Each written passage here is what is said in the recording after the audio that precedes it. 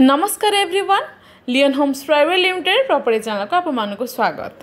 आज आम चलतु मलीपड़ा लोकेशन ने आ गोटे घर बारी येलो जोन प्लॉट विजिट करी आसीबा। सो डेरी करवानी विजिट स्टार्ट करिबा। नमस्कार।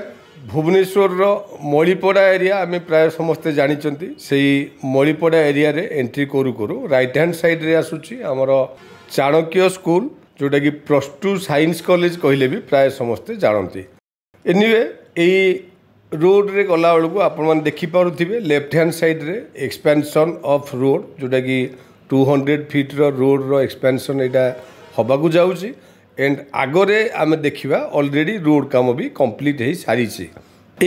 रोड काम को बेस करिकी एंड आउ किसी फैक्टर भी मु आपको आगू बुझेबी। यही सब कारण यहीपट एरिया डिमांड एक्चुअली दिन को दिन बढ़ी चली। यही चाणक्य स्कूल क्रॉस करके किसी बाट आसला राइट हैंड साइड रे रहिला हमर RI office and left hand side रे रोजी टाइम्स गुरुकुल। एनीवे यही टाइम्स गुरुकुल रु अराउंड 100 मीटर्स पर लेफ्ट हैंड साइड रे देखिए गोटे रोड जाइए। यही रोड को बेस करके जदि आम भल लैंडमार्क खोजा ताहले मंत्रा हाउसिंग सोसाइटी कहले बहुत लोग जानी। एबे देखंतु एठी last road T right hand side को टर्न करिछि जोटा कि केवल मंत्रा सोसाइटी भीतर को यही रोड टी जाइछि। एबे देखंतु फ्रंट रे रहिला हमर मंत्रार हाउसिंग सोसाइटी। एठू हमर left right both side road अछि बट आमे जिबा left hand side towards our destination.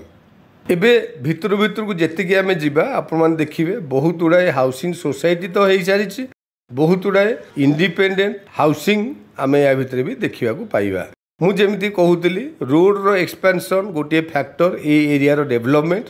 आमे जेतिकी भीतर को जिबा आमको सेतिकी खुशी लागिवो जे आमे बीडीए रो टाउन प्लानिंग प्रोजेक्ट रो नियर जाउचंती। भुवनेश्वर रो टाउन प्लानिंग प्रोजेक्ट आपण माने जानिथिबे जेमिति टाउन प्लानिंग प्रोजेक्ट रो 1 2 3 सेमिति 5 6 ए मलीपड़ा एरिया को लागी जाइछि।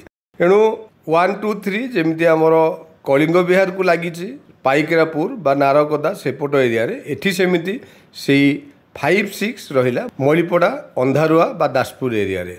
एठी देखंतु गोटे red colour duplex and just तार फ्रंट रु आमे लेफ्ट को टर्न करके जाउचंती हमर डेस्टिनेटेड प्लॉट आड़ को एंड राइट हैंड साइड रे हमर डेस्टिनेटेड प्लॉट। आमर प्लॉट रो डिमार्केशन ऑलरेडी कंप्लीट हो सारी एंड पेरिफेरियल व्यू देखंतु आम प्लॉट को लगिकी प्राय सबु जगह कंस्ट्रक्शन वर्क कंप्लीट हो सारी।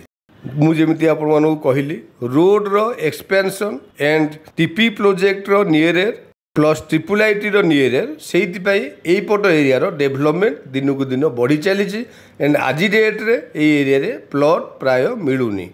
एनीवे प्लॉट रो साइज सेफ एंड लोकेशन आपण मान को डेफिनेटली अट्रैक्ट करियो। Thank you.